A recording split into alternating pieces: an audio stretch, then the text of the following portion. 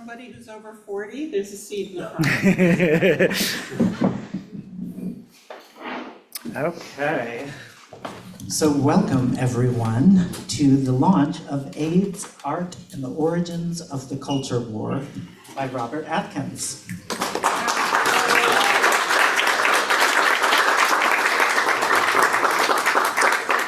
We're happy to see such a full house. My name is Greg Newton. I'm the co-founder, along with my beloved partner, Donnie Jokum, of the Bureau of General Services Queer Division.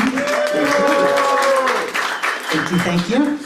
The Bureau is a project that we founded in 2012 and that has been here at the LGBT Community Center since 2014. So the Bureau is an independent, all-volunteer queer bookstore, and we have regular business hours Wednesdays through Sundays from 1 to 7 p.m. And if you're not already on our email list, you can sign up for that at the back of the room or on our website, bgsqd.com. And as an all-volunteer independent bookstore, we rely on both sales and donations to keep doing what we do. So I'm going to pass a bag around. We especially encourage donations if you know you won't be buying a book. I don't know how many books we're going to have left to sell since so many people reserved copies, but we'll see. So I'm going to pass this around. There's change in here. There's also a QR code for Venmo if you'd like to give that way. And there's a seat in the front row. And there's a seat in the front row, empty. Don't be shy.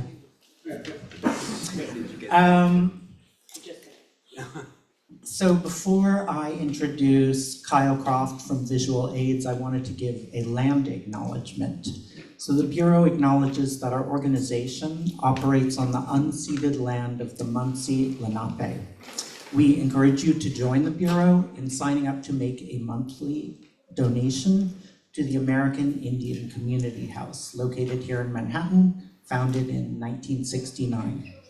And signing up to make a monthly donation to the American Indian Community House is one way for settlers and non-Native people to acknowledge the legacy of theft and genocide that comprise the history of New York City and the United States. And you can find out more at aich.org. The Bureau also recognizes Palestinian liberation as a fundamental part of our collective queer liberation. And we strongly encourage you to take one of our free zines that are by the register that speak about why we feel it is important for queer people in particular to speak out in solidarity with Palestinians. So please take one of those. And with that, I give the mic to Kyle Croft from Visual Aids.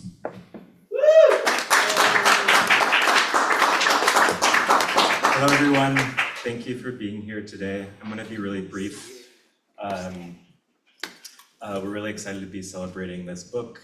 If you're not familiar with Visual Aids, we use art to provoke dialogue, preserve art by HIV-positive artists, and provoke conversation because AIDS is not over. And Robert Atkins is one of the co-founders of Visual Aids, started in 1988.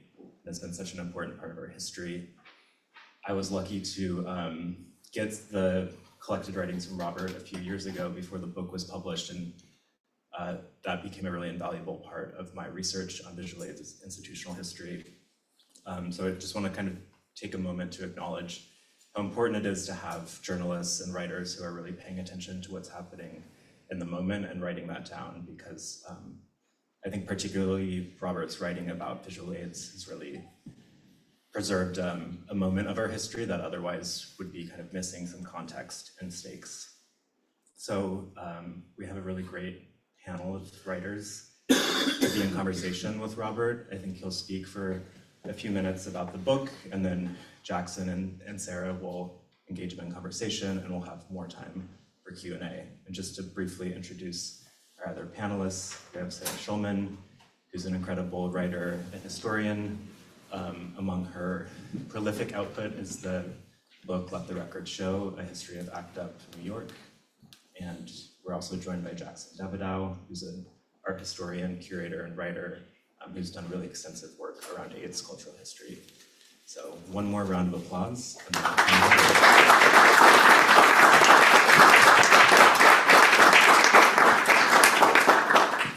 Feel free to take the mics out from the stand. Oh, okay. Okay, oh, good, much better. So I'm pleased to see so many of my friends here and regret how many people involved in the book itself and the happenings of its foundings are no longer with us due to HIV. But I want to briefly describe the book, which is kind of an unusual one.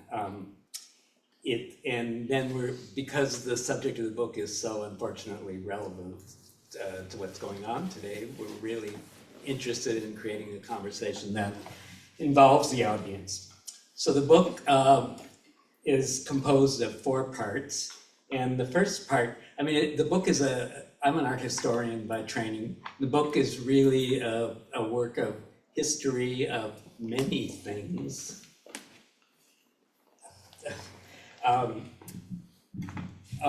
Not just AIDS and art and the origins of the culture war, but it's a history of censorship, which is a subject that really isn't considered as legitimate as many other kinds of histories. So the book is comprised of 4 parts, and the first is it is an historical overview of the past half century. And it's easy to forget that we're really into this for nearly a half century now. I look at the first incident that screams culture wars as Anita Bryant's 1977 revoking of Dade County, Miami gay rights ordinances. So that's exactly a half century ago. So this introductory section is called When the Culture War Became the Culture. And it is, I wanted to read the end of it, the conclusion, because it's, oh, okay, thank you. Okay.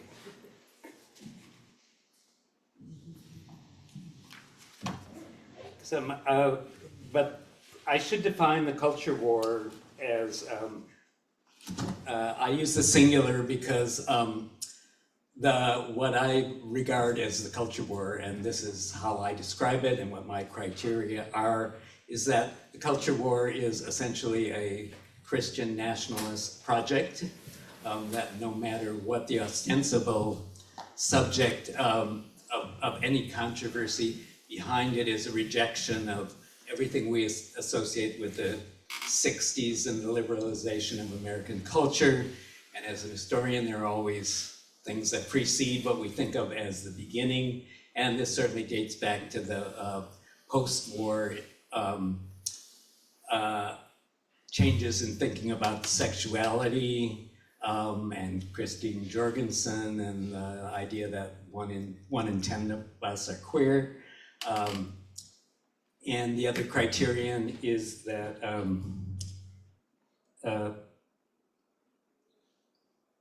let's see, is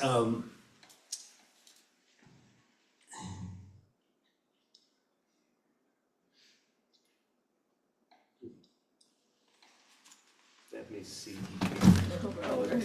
Just leave them there. Can I just ask you some questions? Would that help?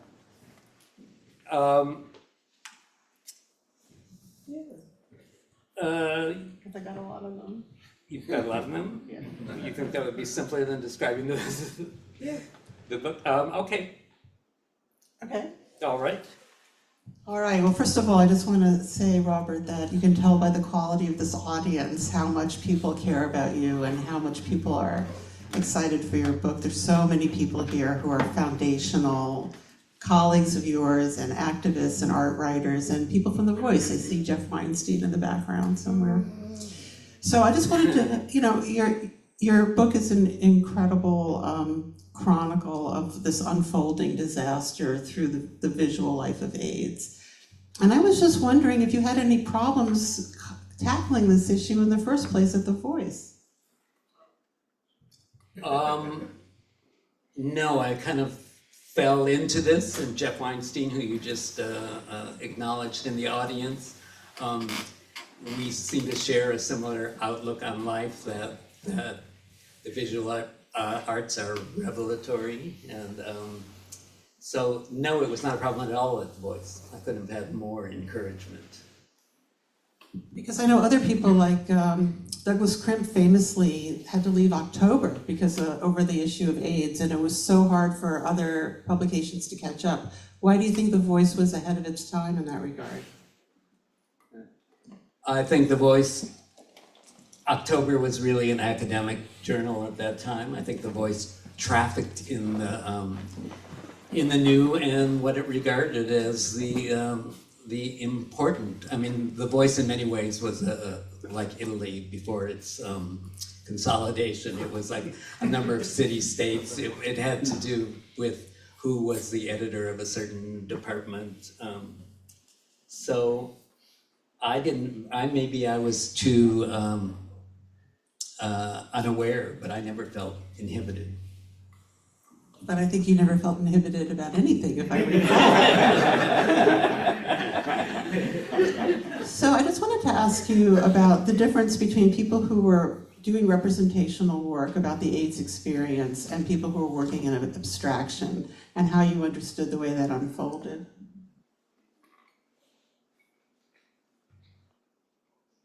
I think it was like a reliving of the origins of feminist art, and was every woman a feminist, or should her art be singled out as woman-made art?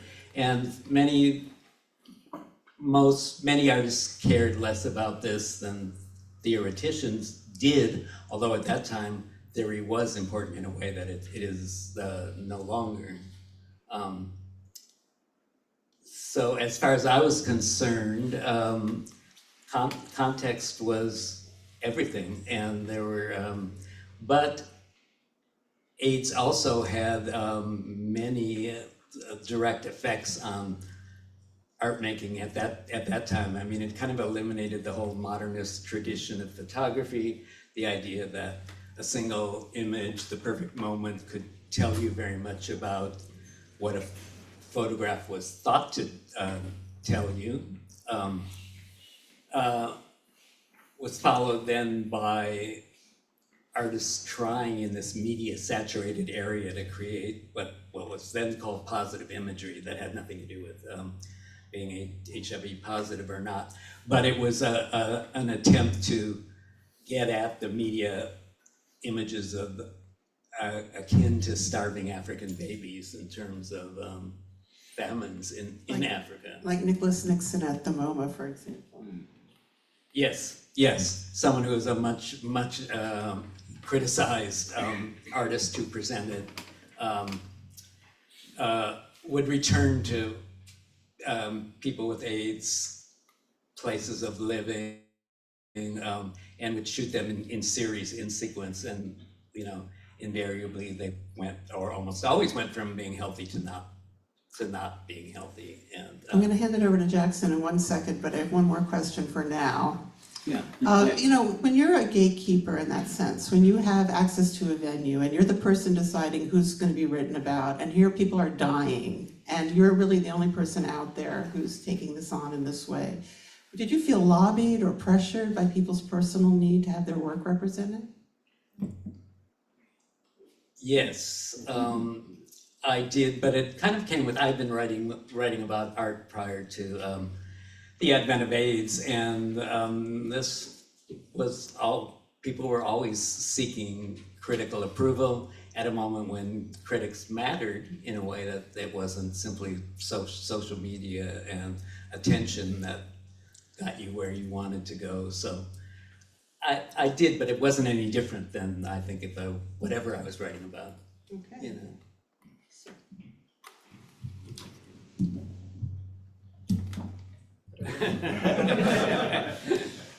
Firstly, I just want to thank you, Robert. Your book is incredible, and your cultural criticism is important and filled with nuggets of insight that not only offer guidance on present and future struggles, but also help us, perhaps more importantly, understand these struggles as part of layered and complex histories. And I think that one of the most important contributions of this book is the reframing of the so-called culture war.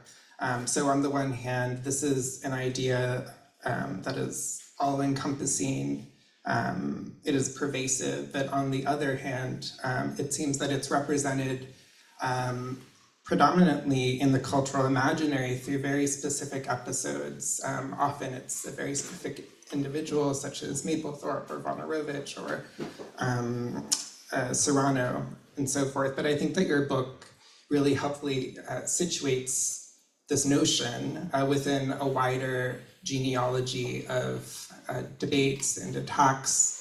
And I was fascinated to learn from your writing that it goes all the way back to the 19th century in Prussia, you argue, but then you go to the 1970s, for example, with Anita Bryant's conservative homophobic activism.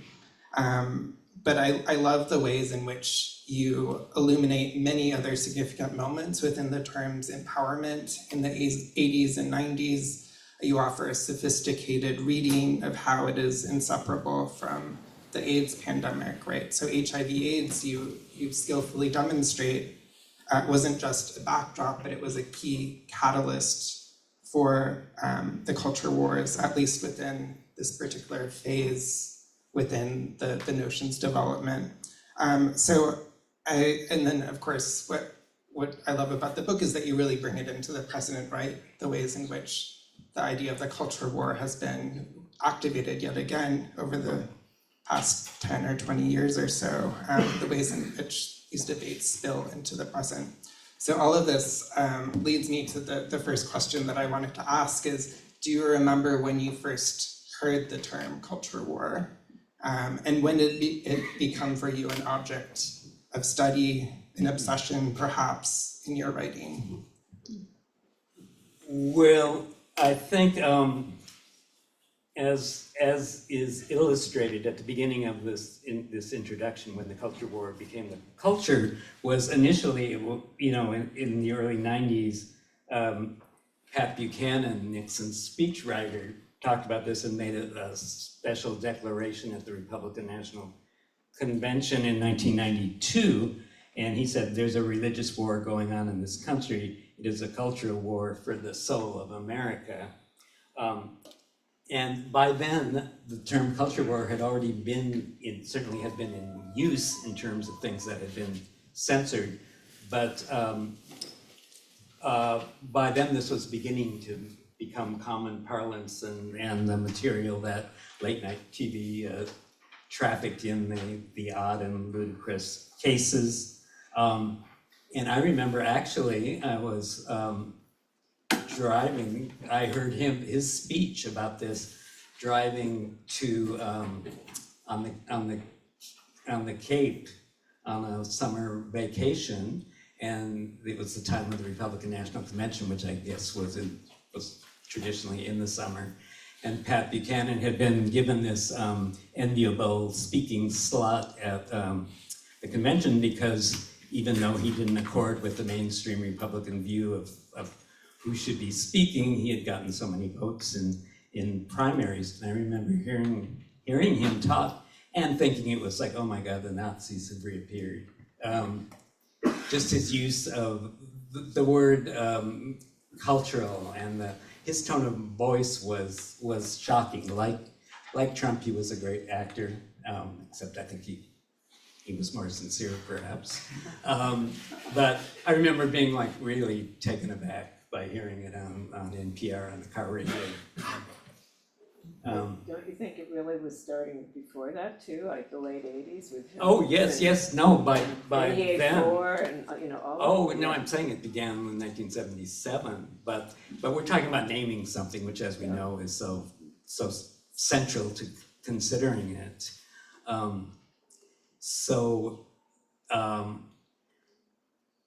Something that I did want to say when I was looking for before was this idea that the culture war, why I see this as a singular phenomenon, was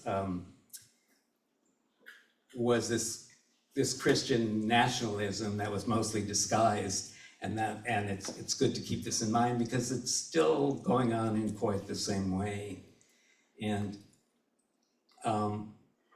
you two are familiar with the book, but I think in some ways it's a real paean of praise, not just for reviewing artists who have gallery shows, but the importance of the Names Project's quilt and the Red Ribbon and Silence Equals Death. It was public art that really, I think, turned things around, and makes me wonder if how well known this legacy is, because to me it seems that these were the most important artworks in terms of changing opinions that we've seen in the history of American art.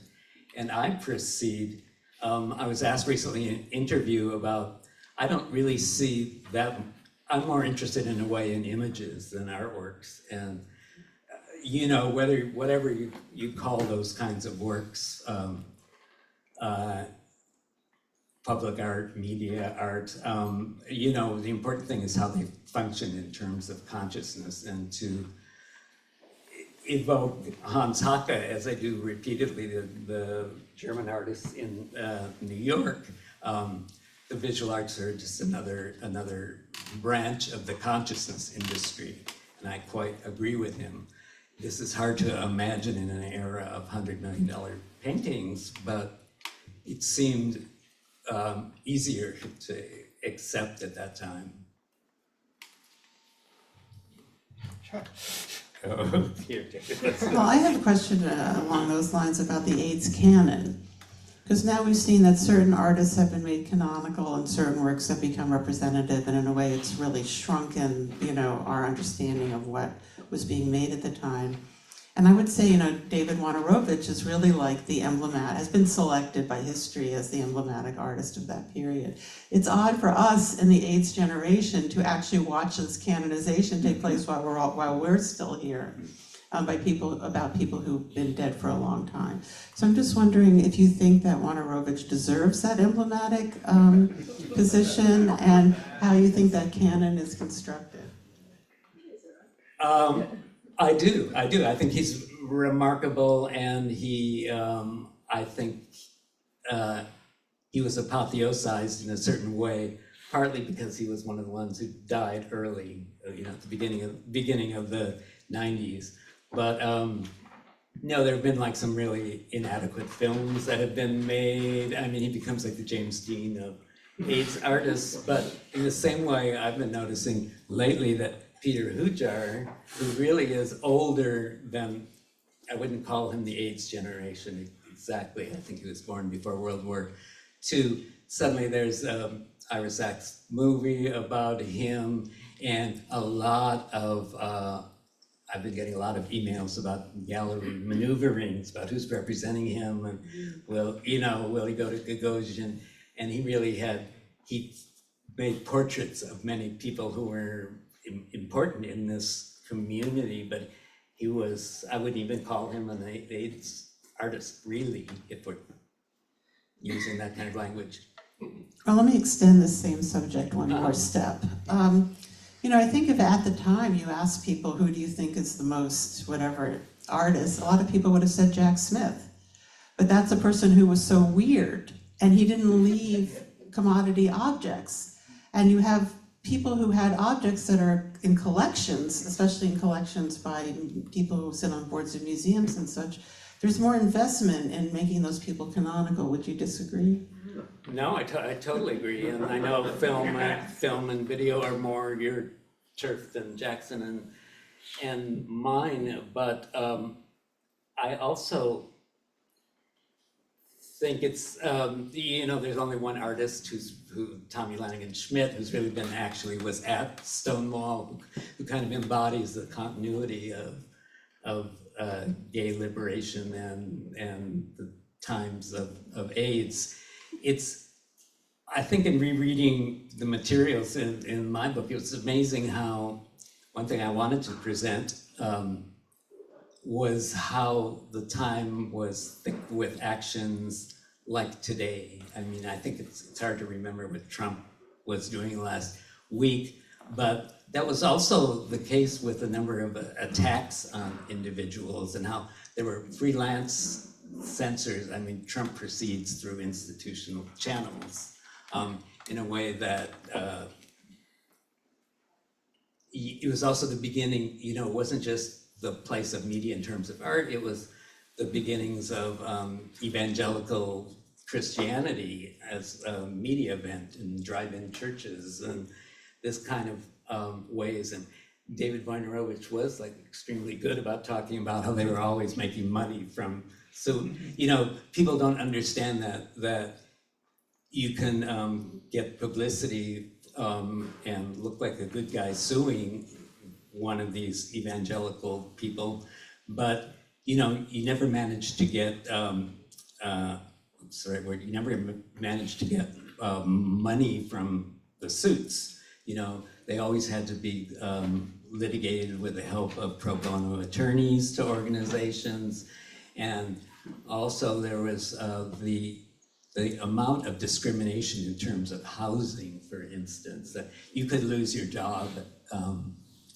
And it wasn't until 1990, really, and it seems to me kind of accidental, that the Ryan White Act was passed, which was the most progressive piece of health-related legislation ever in the US that satisfied Congress, because on one hand, there was educational programs built into it, that is to help straight people not get infected. And on the other hand, it ensured that the underinsured and the uninsured would get HIV treatment.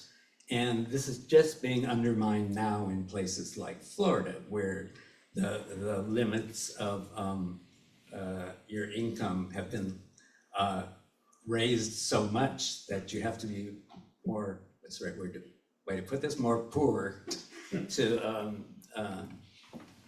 get care that way. So this is going to be, there's going to be a lot more HIV related deaths than there are now. One more. Who are some of the women that stand out for you in the AIDS canon? DAM, the collective, they're kind of the center of the last part of this book. This book, by the way, extends to the present. There's a lot of things that haven't been seen by many people in this room because they were published in either online or in small publications in California up to 2019, and which is the most recent work in the book, apart from this long introduction. But I think the subtext of the book is those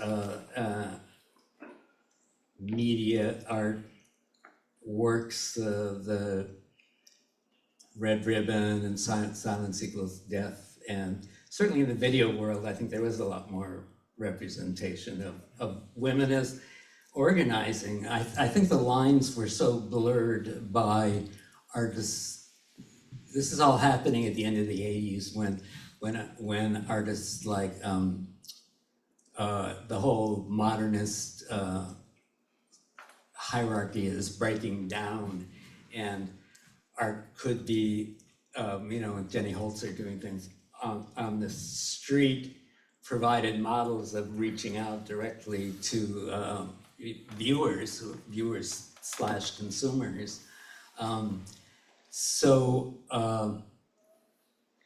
I think there were, I don't deal much in canons. I mean, I end the book actually with a review of what I think is the inadequate memoir of Susan Sontag, whose odd life included her doing AIDS of generating ideas that are so taken for granted that we don't know that she generated them with her book. Not only her book is a book about photography, but illness as metaphor, and then the kind of quickly written AIDS as metaphor that she also did, but her performative life also, you know, as someone who is like a great scholar and did 4 films in 4 languages and knew and was extraordinarily well read, but she also recognized the what could be the important positive role of media, of being a bold-faced name in columns, and so in his history, I've realized it's very accidental. You know, we think there are certain things that are inevitable, and we're all such embedded so securely in our time. And when it came to Sontag, I mean, it was because she wasn't really allowed into academia in the same way as Simone de Beauvoir and other brilliant women slightly older than her. So this is what created her. I mean, there are all circumstances that create each of us in striking ways if we think about them deeply enough. I'd like to return to something you were just discussing, which is one reason why I think this book is so valuable is that it functions as an archive of the art, gay, and AIDS presses during a period of such profound transformation. And so it's chronicling a shifting public as well, right? So capturing the loss of people, but also of infrastructures of culture and media and so forth, cultural life that barely exists today, or at least without the same vigor that it once did back in the 80s and 90s. So I'm wondering, was this giant, mostly devastating shift something that you were trying to capture in your project or mindful of as you were organizing the book? Or would you agree with my assessment, I guess, is another question. Your assessment is that publications were coming and going? My assessment is that there was a richness of the art press and gay press and AIDS press during this period in which at least the first part of your book is concentrated or rooted in. But then there's a shift, you know, and I think media and criticism have shifted a lot with that in ways that are not necessarily positive. Well, I'm not sure I agree. I mean, like the New York Times was like AIDS phobic until they covered one of their own reporters' funerals, and even then, there's a point I note in the book that they did some interesting coverage that was sympathetic about the mates of the San Francisco Gay Men's Chorus. And, you know, on the next page was a piece about the silver lining of real estate in Amsterdam, following the epidemic and the closing down of brothels and the like. I don't think there was ever any, you know, all their headlines were about the risk for heterosexuals about getting AIDS, and studies that prevented this. So I'm not sure what I'm things have trying changed to so much. say, okay, but at the time when you were writing this very influential column for the Village Voice, there was a Village Voice. There was an art press in which Art Forum and Art in America weren't totally canceled in a shell of themselves as they are now, right? There was a lot of discourse, and you were instrumental to that when it concerned this nexus of AIDS and art making and queer cultural production, I would say. So maybe I have a more pessimistic view than you have, but I'm curious about what it's, for me, one of the reasons why I connect so powerfully to this book is that I don't want to say nostalgia, but this tremendous difference that you track as the decades progress. Well, a lot of, I think this is a book of so many kinds of history, and I was just hanging out for an hour in the library upstairs that the last time I was in this building was when I wrote about it. No, that's not true, but I remember the first major art exhibition in this building when it was a huge falling down pile of brick, and everybody was invited to participate in that, so it was Keith Haring. not only Keith Haring, it was straight and gay artists. I mean, and there really was unity in that. But and I can see now that this, millions of dollars have been contributed to revamping this building, which is striking. But there also was the initial, you would think that given circumstances today, there would be more, and you probably know a lot about this, progressive activity online among, there are places like Substack and where really smart writing is going on.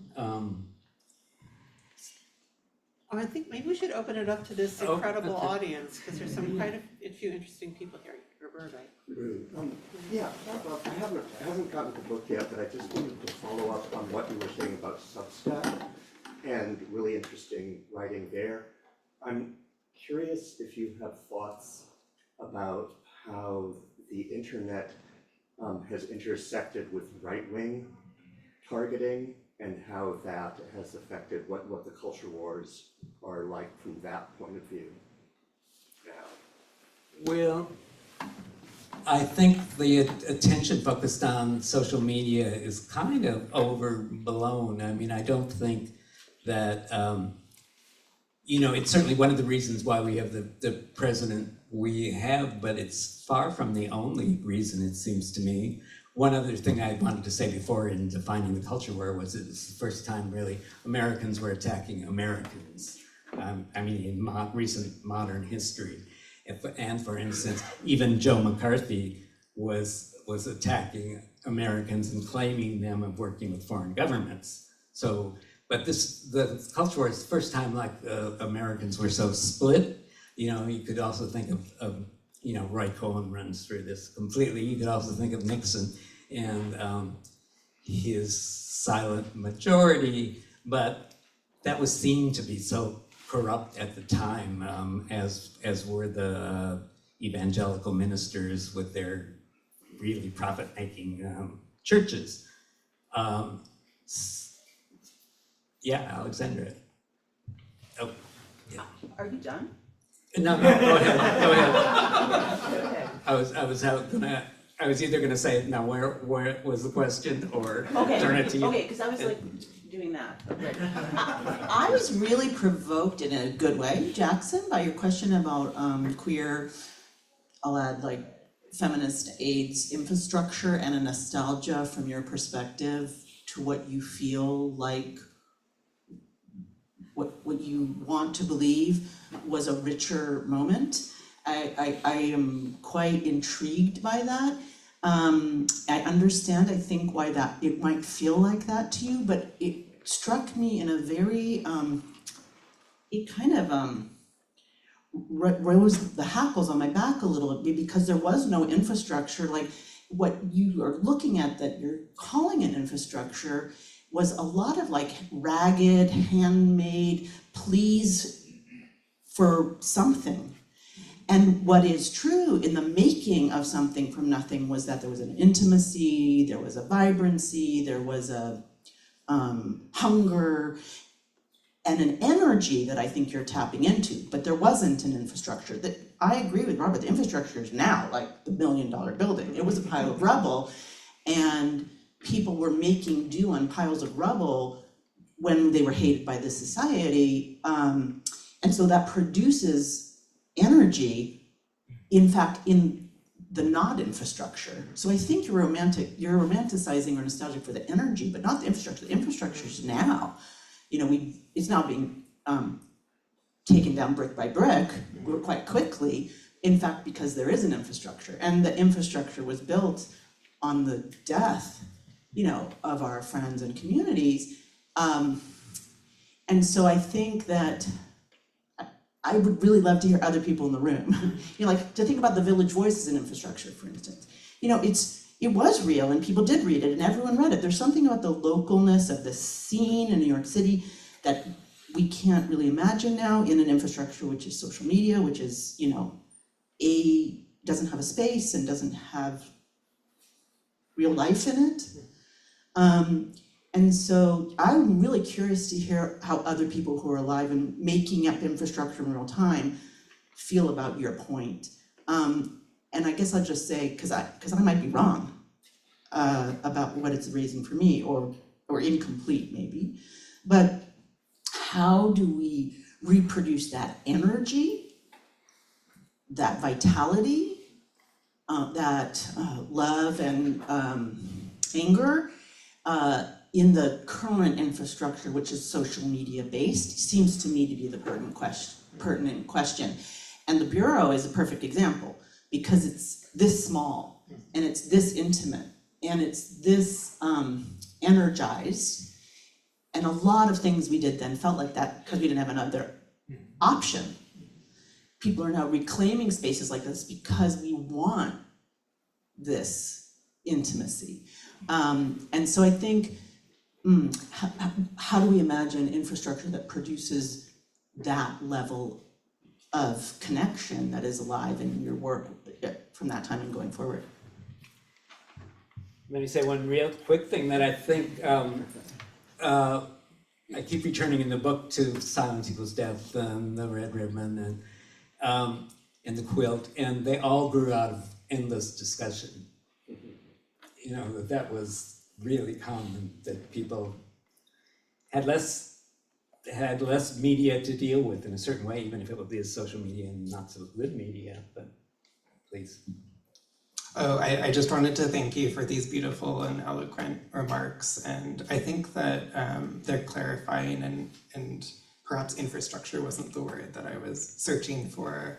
I think that, the infrastructure might be something bad or toxic too, like just in light of what has emerged over the past 20 years or so. And your question about how do we build infrastructures that are just and intimate and able to foster levels of criticality are so important to making queer spaces and for a flourishing of queer cultural and intellectual life.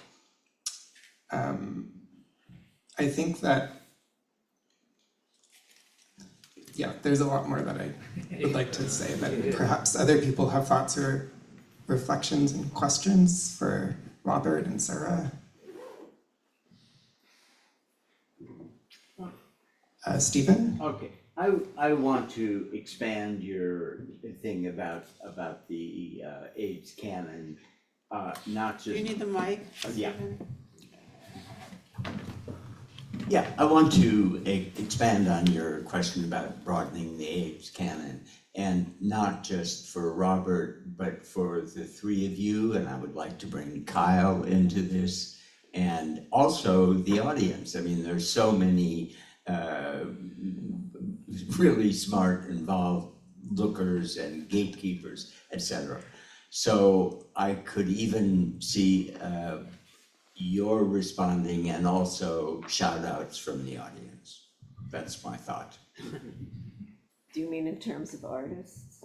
Yeah, cultural figures of. Well, I think to answer Sarah's question, I think some women, it's getting beyond the visual. I think some of the performative people like Diamanda Galas and Karen Finley, and she did the Black Sheep public art piece, but some of her performances were raging about the culture. And I just think that it goes beyond the visual or the media. Since you invoked my name, Stephen. I mean, it's a big question. I think the first thing that comes in my head is just I think it's really interesting to go back to Robert's writing, and we've also at Visual Aids been working with a collection of materials donated to us by David Hirsch, who wrote a weekly art review column for the New York Native, where he would review 2 to 3 shows by gay and lesbian artists a week. And so to see all of the names of the artists and the exhibitions and the projects that were being reviewed on a weekly basis in these newspapers, and to compare that list of names to who you see in the AIDS room at MoMA or any of these contemporary art museums, to see the canon and to just see how many more artists and practitioners were not only making work, but part of the conversations that were kind of producing the discourse and like the idea, the kind of movements. And so I think at Visual Aids, we think of our mandate to kind of, be attuned to the canon and kind of leverage the opportunities and the capital that comes from, David Wojnarowicz, but also to kind of redirect that and to make sure that we're preserving the materials and the primary sources that relate to these other artists' practices. So, some names. Well, we're doing an event at the Whitney at the end of March that will be presenting some of those tapes. And at that point in time, I may be better prepared to give you a list of names.